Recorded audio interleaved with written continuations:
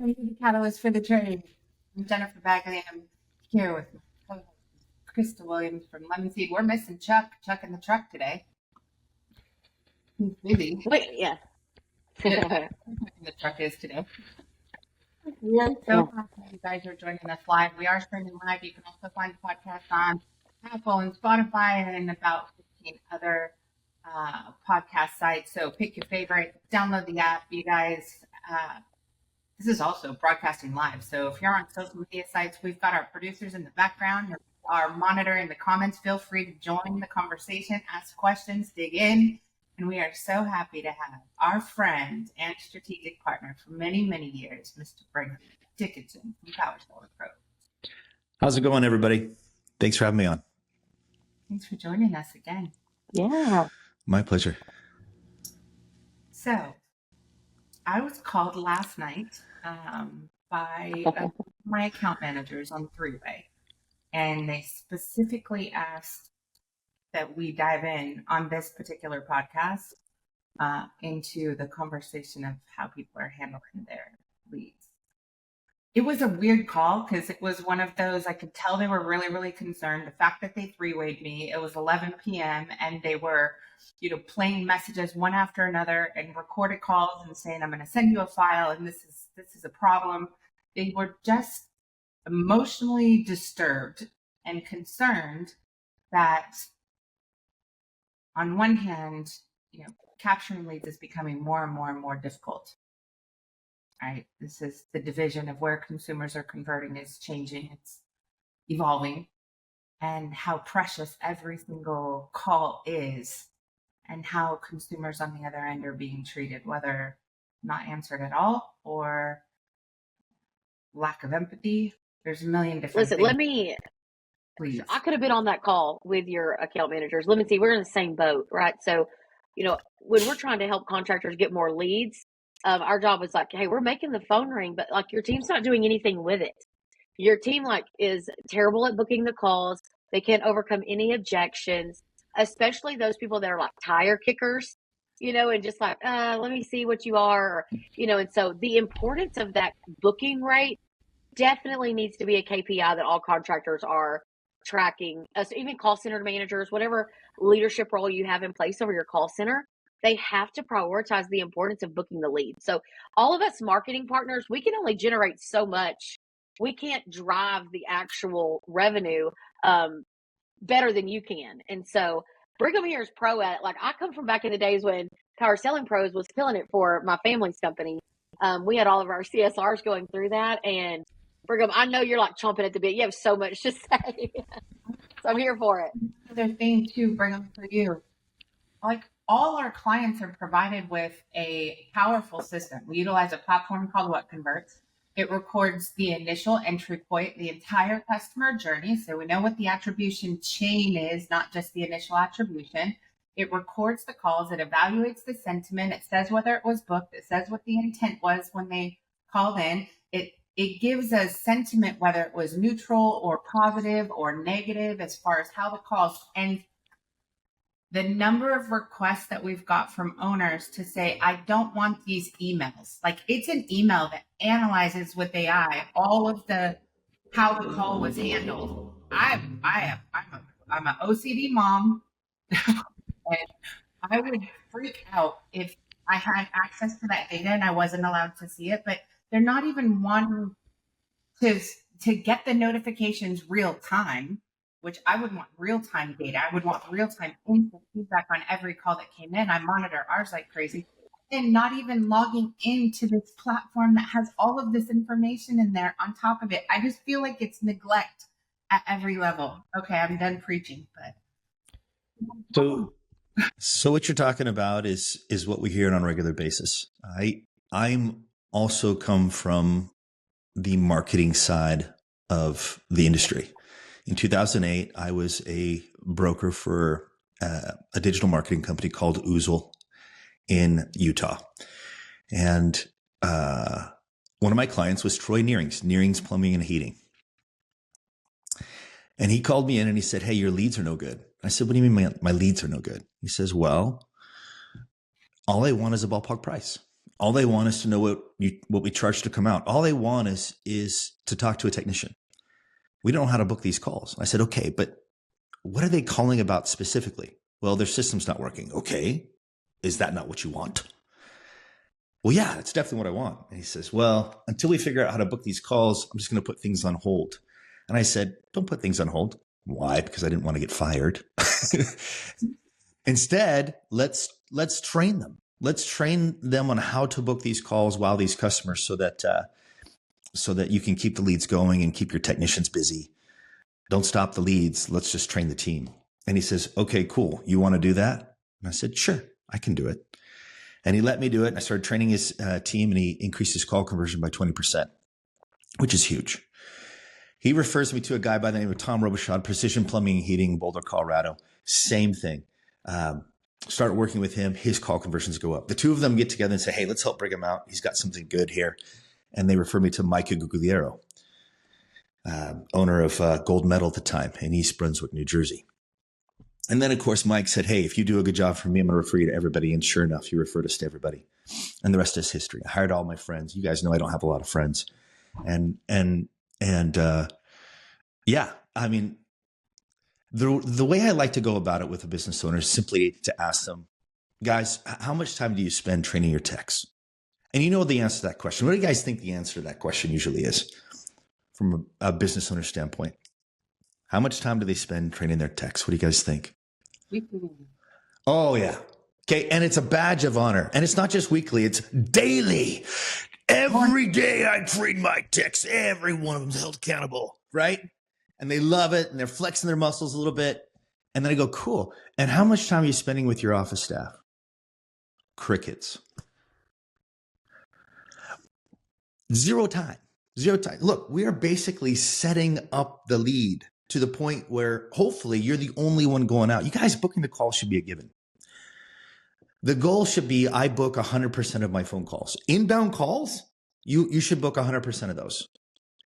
Okay, so it's not just about booking the call. It's about creating such an amazing experience. I like to call it a wow experience for the customer, so that by the time you're done with that call, they hang up, it's 911, there's no 912. Help us on the way.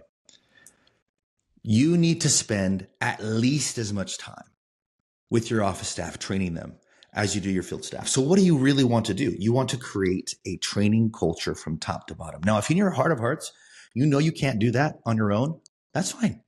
Get a third party to do that for you. Okay. But you're right. Either way, it needs to be done.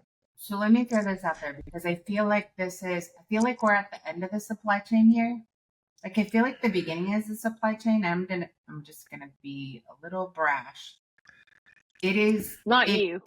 I'm a little irritated. Like, committing to training is one thing. Being consciously aware that you have the data to know that you need it is step one. Like, stop ignoring this excuse of I'm busy being busy, rocking chair syndrome, not going anywhere. And like, the first step is, do you care enough to listen to what's happening? Because in every instance, you know, I'm on a call and having a conversation saying, I'm going to jump on this call because my account manager is really stressed about how the calls are coming in. I see a note in the CRM that says that you asked to be removed from the notifications, removed from the monthly report, and I haven't seen you log into the application once, which I feel like is this blinder that says, not only am I, like, even if they say that, yeah, I agree, we need to train all staff, that's important. Like, the step before that is the data exists for you to see that you need it instead of defend your people. This isn't about defending people, which I feel like the first step is, I'm going to defend the crew. I'm going to act like I hear on a regular basis, oh, we have a 60% booking rate. We have an 80% booking rate. I'm sorry, but bullshit. Like, I have to say it. I can see it. It's not true. It's fake. Like, at some point, there has to be a level of intent and accountability for an owner, especially this mid to small to mid-sized business, that I'm not just going to throw random numbers out. I'm not going to act like this isn't important, because what are you going to train them on if you don't know there's an issue?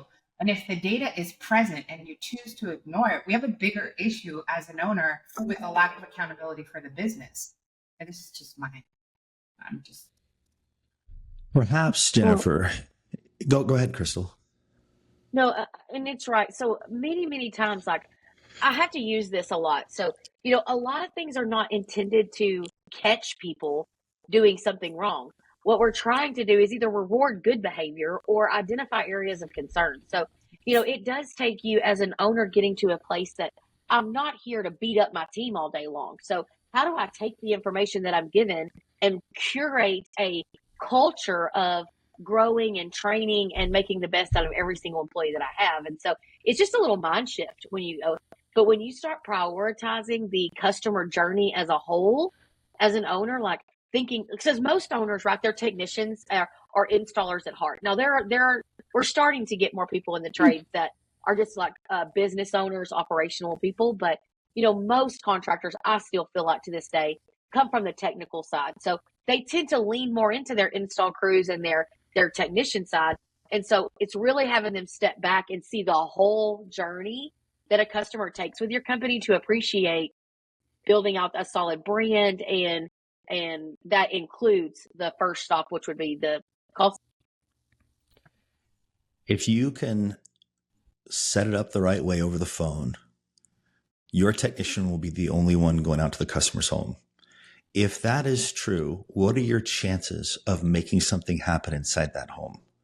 If you're the only one going out, trust me, if I ask a technician that question, he's going to say, I got it.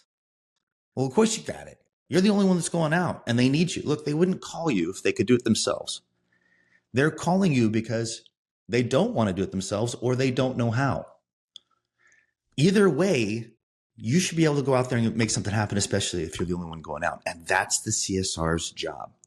You see, you guys, once the phone rings, the marketing has done its job. Okay. If they can fog a mirror and they're on the phone with you, the marketing rocks. Give them a raise. Okay. The CSR's job is to create an amazing experience for the customer. So Crystal's absolutely right. You've got to build a training culture from top to bottom, from left to right. Every day you need to be training them.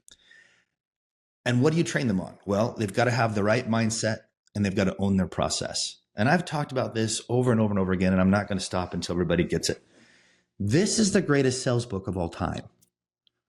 Okay, it really is, because in this book, you learn about Sam I Am, who was relentless in his process. He owns his process. He has the right mindset. He goes through 70 objections and 15 closes to sell green eggs and green ham to his customer. In the beginning, the customer hates him. By the end, the customer loves him and he loves green eggs and green ham. You got to have the right mindset. In other words, the mindset is when a customer calls in, they're a customer. It doesn't matter who they are. It doesn't matter what they ask for.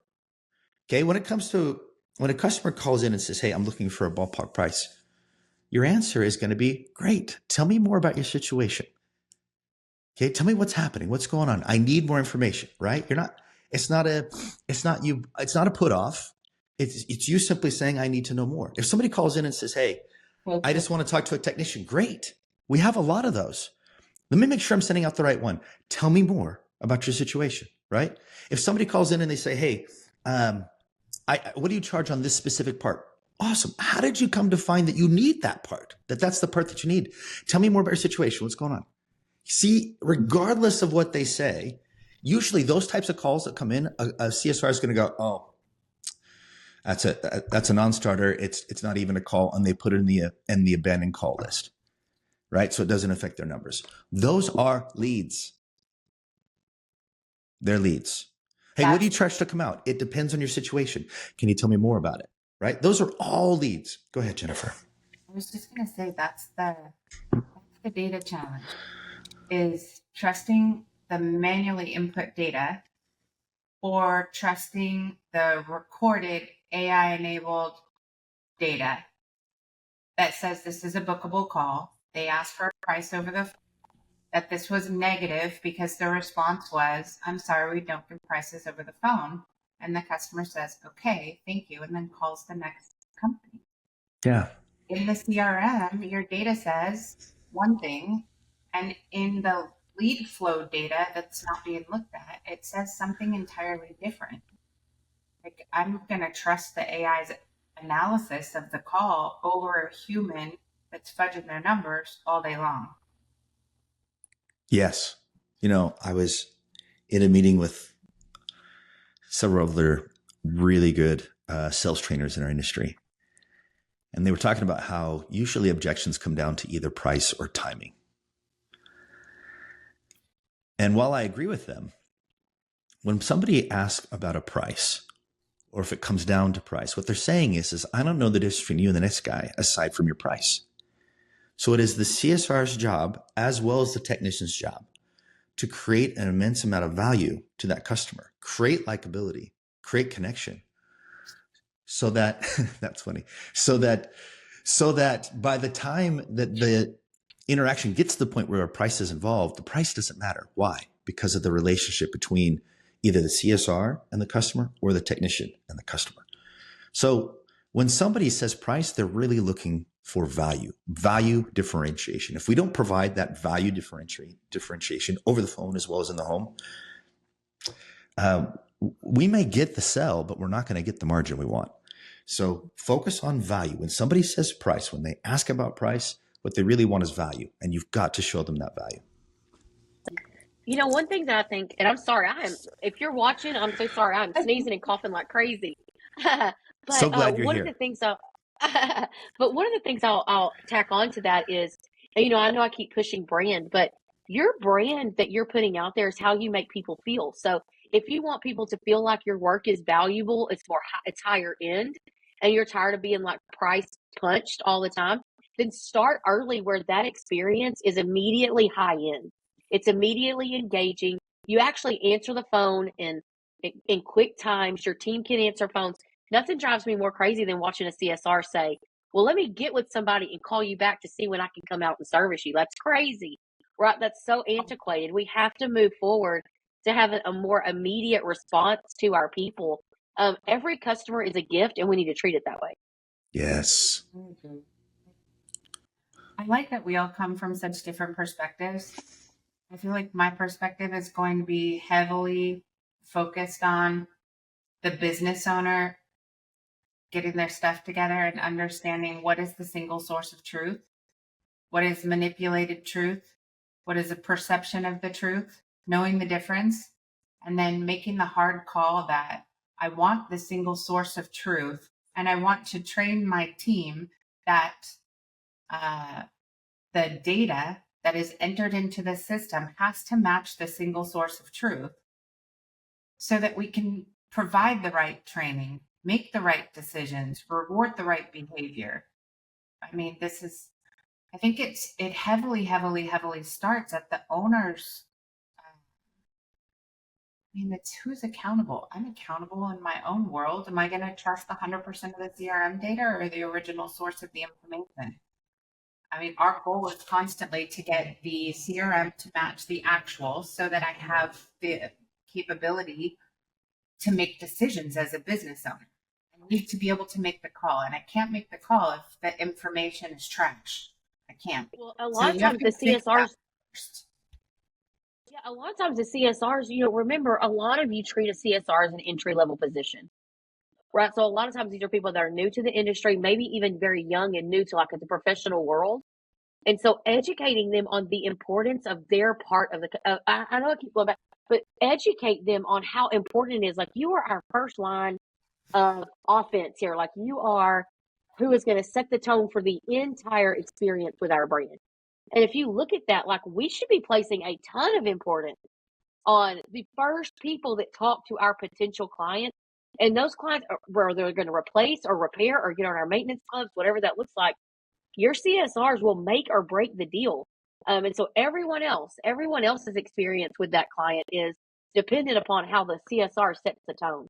And then dispatchers normally come a close second because they're the ones that are having to either break good or bad news. Like, my technician's either on the way or, hey, I got to push you. Or so setting those people up for success, if you just refocus a little bit of your time to that team, you'll probably see drastic improvement. And helping them understand the part that they play. Like, They are not the low man on the totem pole. And a lot of times I think that's how we prioritize team members that sit in those seats. Really, they need to understand the importance of their role, and you need to acknowledge that importance. Yes. I think it's important for us to discuss how it affects the bottom line, because I'm sure there's going to be some business owners listening to this going, yeah, it would be nice. It'd be nice if I had a call. This is not a nice to have. This is a have to have. Okay. So let's go over it real quick. Yes. So let's say you've got 30 calls that come in, or 30 calls that a CSR answers a day. Now, if a CSR is listening to this, they're going, okay, I answer a whole lot more calls than 30. Great. Let's just say it's 30. Okay.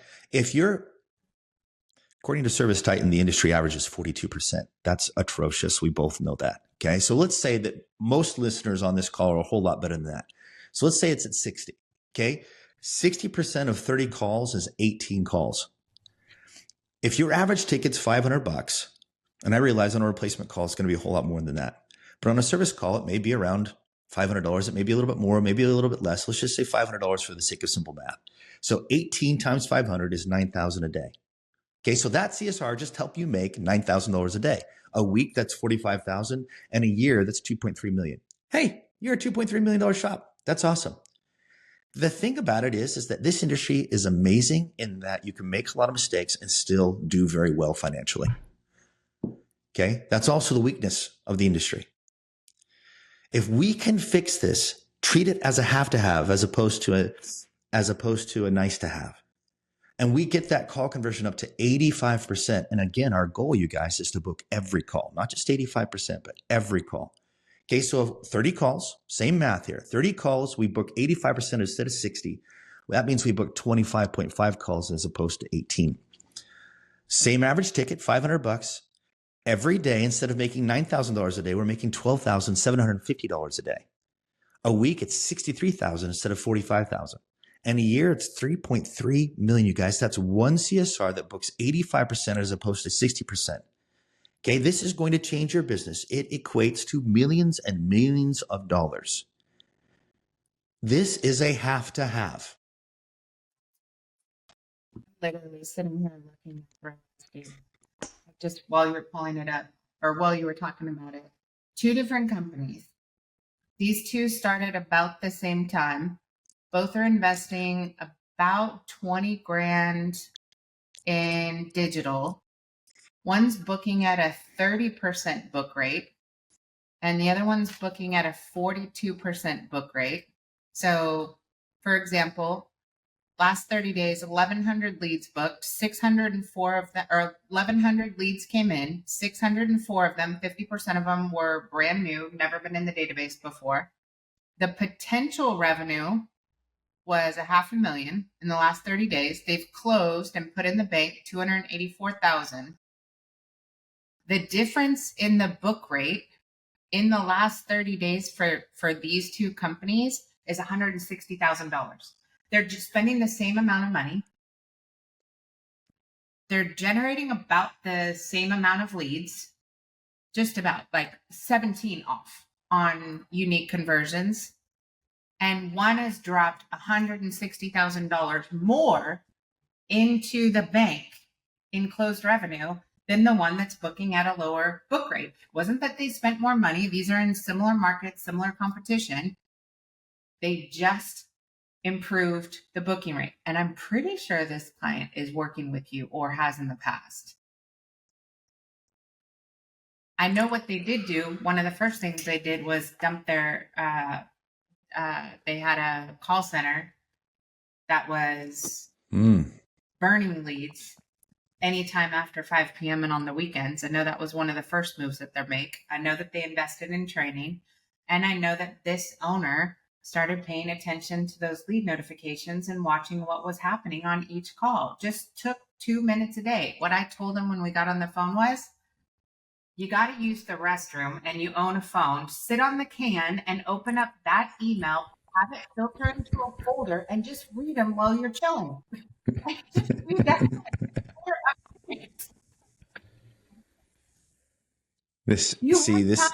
Make the time. This is how Jennifer gets ahead. She uses every minute. Every minute is productive. Yes. Yes. Wisely, we make excuses as business owners that prevent us from getting the very thing we want. And we have to stop. Find the time, prioritize it, make it important. Find the minutes. If it's the can, fine.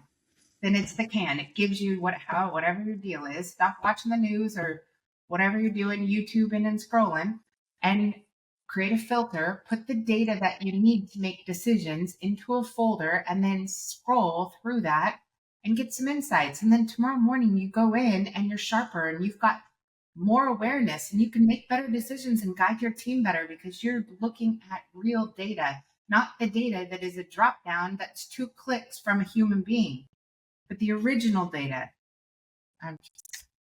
Yes. As soon as you know your data, you now have a way to positively affect it, right? Whether you do it in-house, whether you have somebody else do it for you, this is a have to have.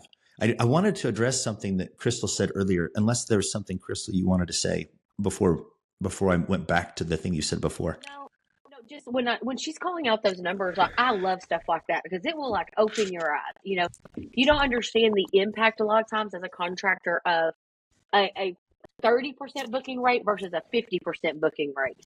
And then I would even be digging into why you're at 50. Like, people are choosing to call you. Where is the problem? And use that for strategic planning. So maybe, am I overly priced? And it's keeping like, am I too far? I just think that data is like gold. You should be analyzing that data well past the booking rate and the value of the CSR. Like, what are the reasons that people aren't booking? And then are you giving that feedback to your company, to your vendor? Like, one thing as contractors that we really suck at is being a good vendor partner and communicating and talking to our digital companies, direct mail companies, all those things. They don't live in your office. So they're looking at numbers, and numbers don't lie. So all they know is they sent you 1,100 leads.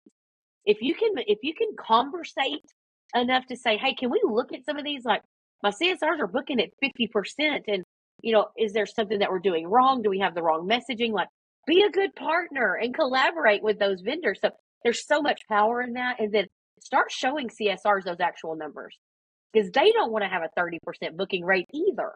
That does not feel good. But if they don't understand how to gauge that data, like how to apply that to getting better, if it's just like thrown in front of them as a KPI with no real direction of how to get better and understand that, then there won't be growth.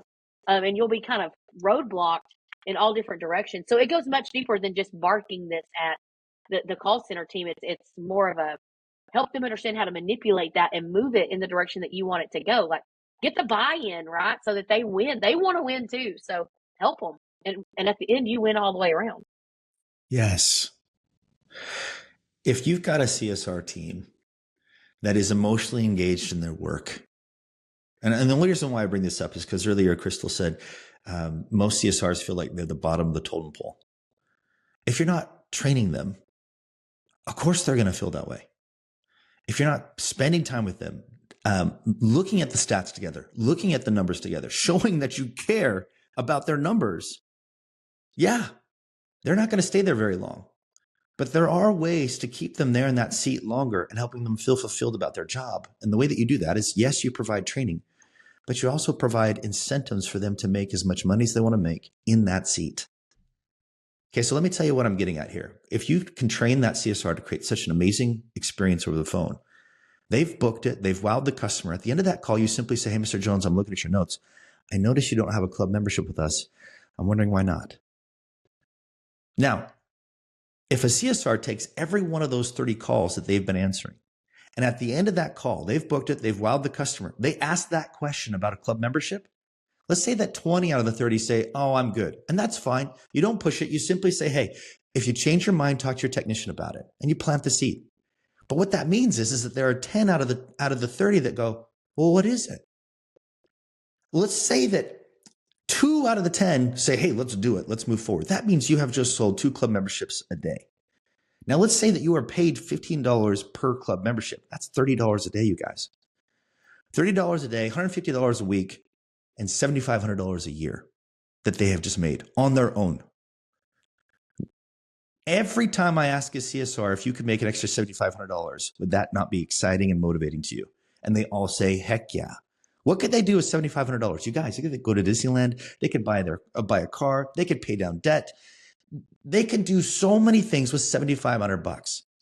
Now, if you can give them the ability to do that on the inbound calls, don't you see how much easier it's going to be for them to do happy calls on the outbound? Calls aren't coming in. You want them to read their favorite novel, or do you want them to call out? Well, if you give them a way to make more money, control over their own income, basically independence, self-reliance is what we're looking for here.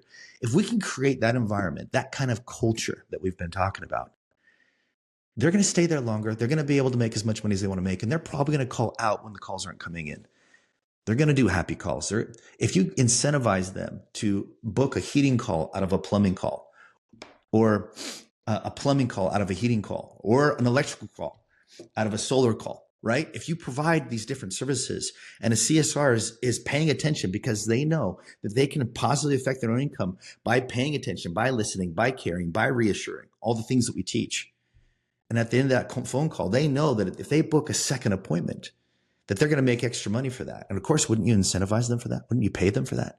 You see, our goal here is to get a team, and as opposed to them just answering the phones, actually create a process where they can be part of the selling program, not just the technician selling, but the CSR selling. You won't be able to get rid of them. They'll be indispensable. Yes.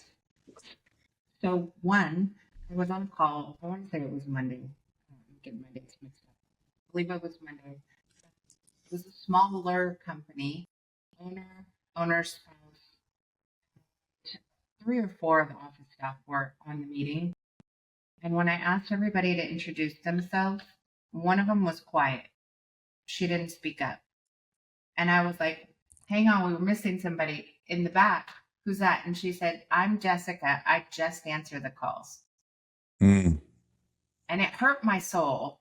I was like, let's pause for a minute, because you're the biggest rock star in this office right now. Let's fix that first. That was bothersome. But you brought up another, and I think there's a lot of merit and weight to that. I hope that's not the case. I just answer the calls is not the right comment I would want from anyone on my team. That means in some way, shape, or form, she's been made to not feel important. And that is not okay. Not okay. And that's literally costing me. Yeah, and I think it's just because I really think the majority of this is innocence on a contractor's part. It's that you're so focused on what we do once we get in the home, because that's where you see people signing on the dotted line for a $20,000 replacement. And so this isn't really about a shift in mindset for contractors to understand, like, if it starts there, it will eventually, everyone will start realizing the part they play in the puzzle. One of the best exercises that we ever did at my family's company at McWilliams was we literally, I took a CSR, a dispatcher, and then I took a technician, an installer, an install coordinator. So the entire customer journey, and I put them all outside of the room. And the rest of the company was all inside the room. And we literally did I pretended to be the customer.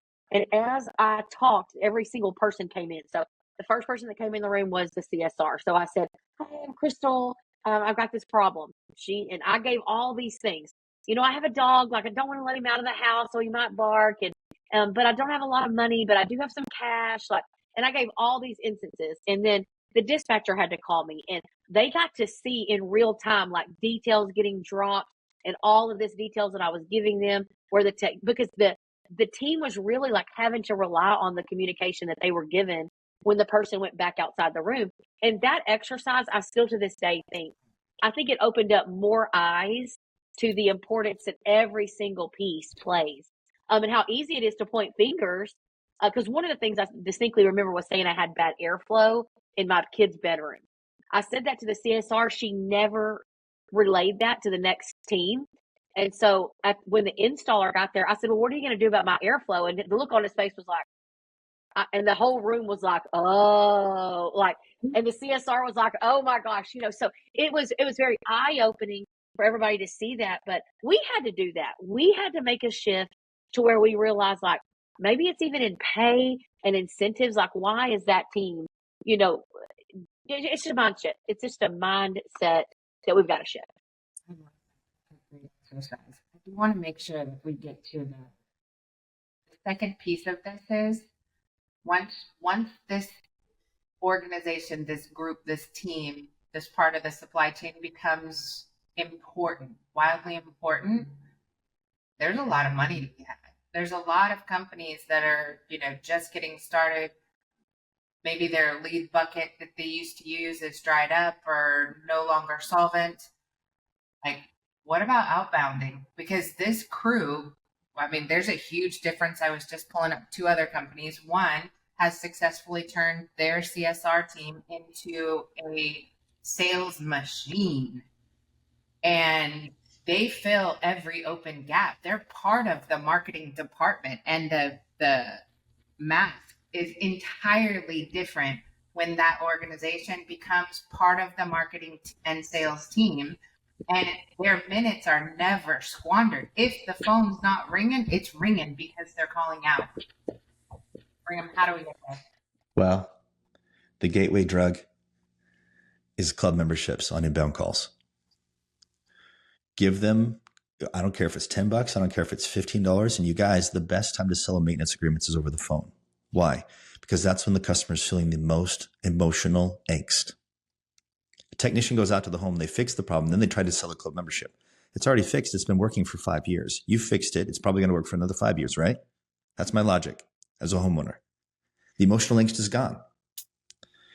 But if over the phone, they're frustrated, you guys know what they're feeling, right? They've got budget concerns. They're planning on a Disney trip that they can't do anymore, so on and so forth.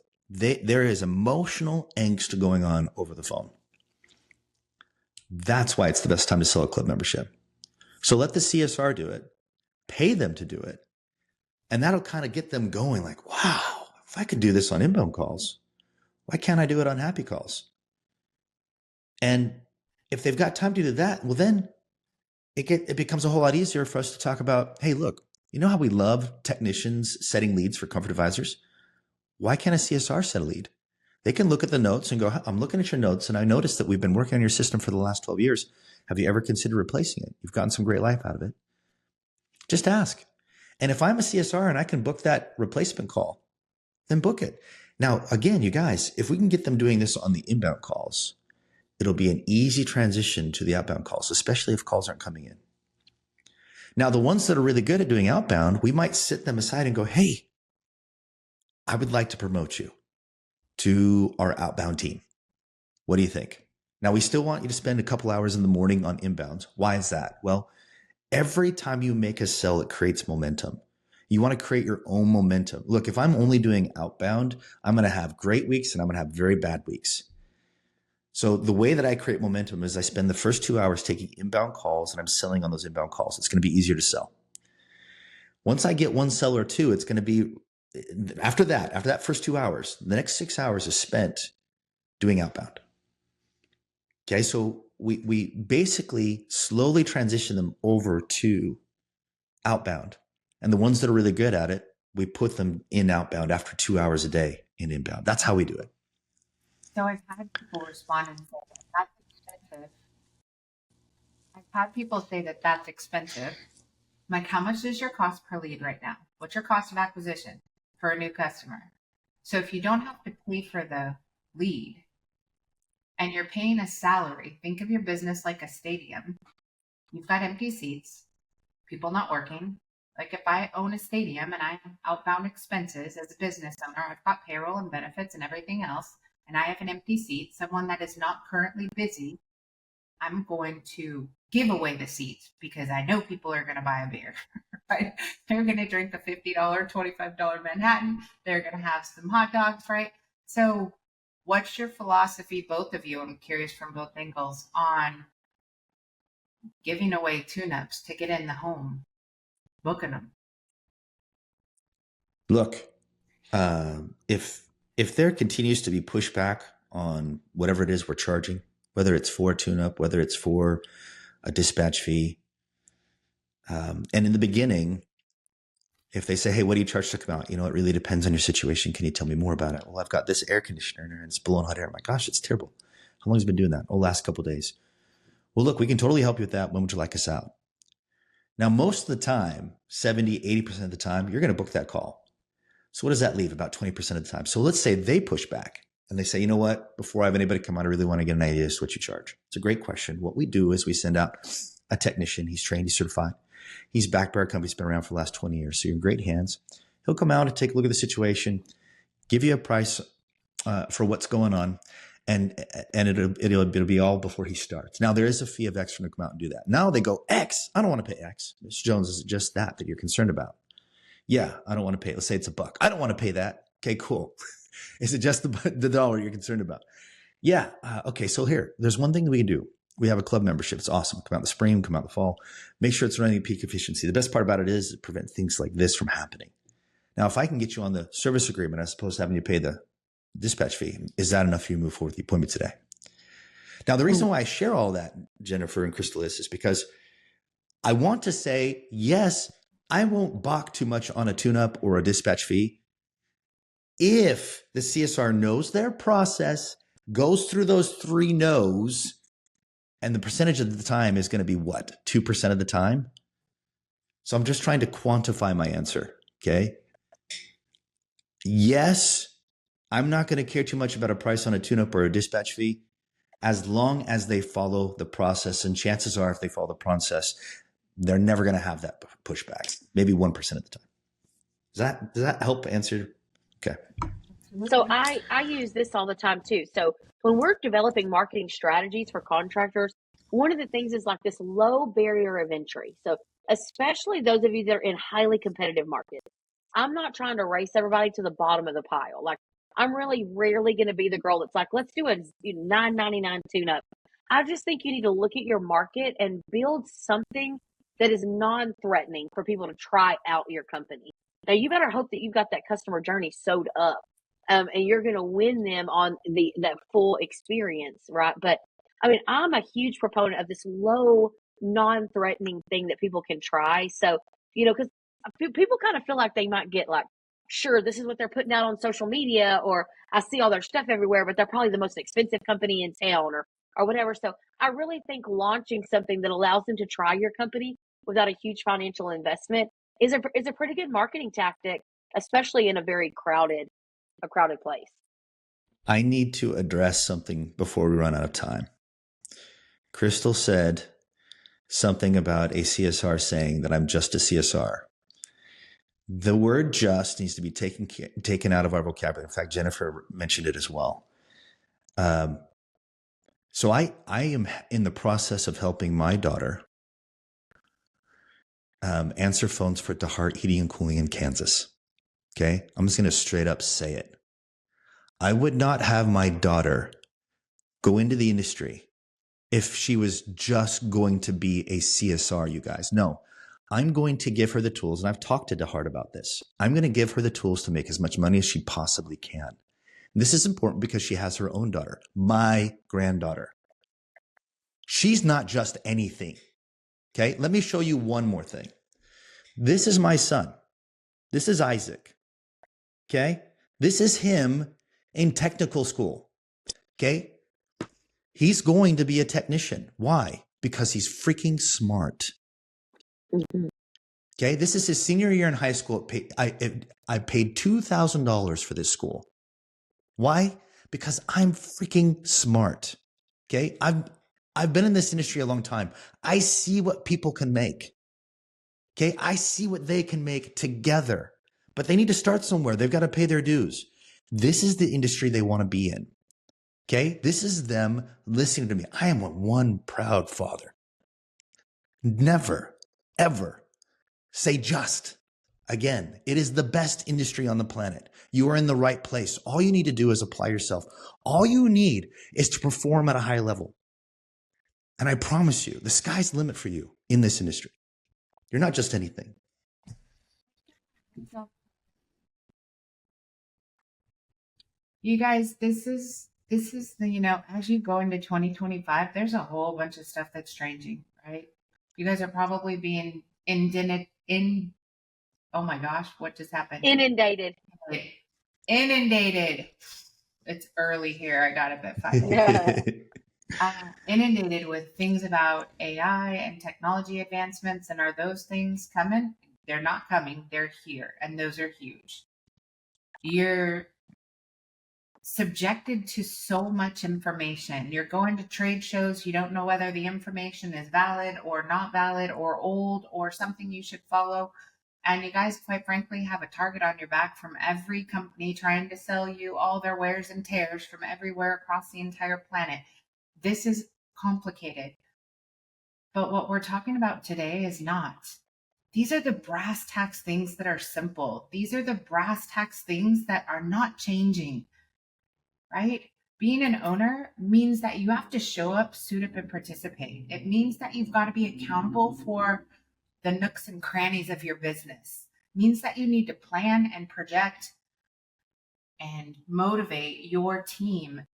This is, as you go into 2025 and you're starting to look at all of these fancy dancy things, all the bells and whistles and how to, pimp my ride and all everything else that's coming with all the tricks and gadgets and gizmos and everything.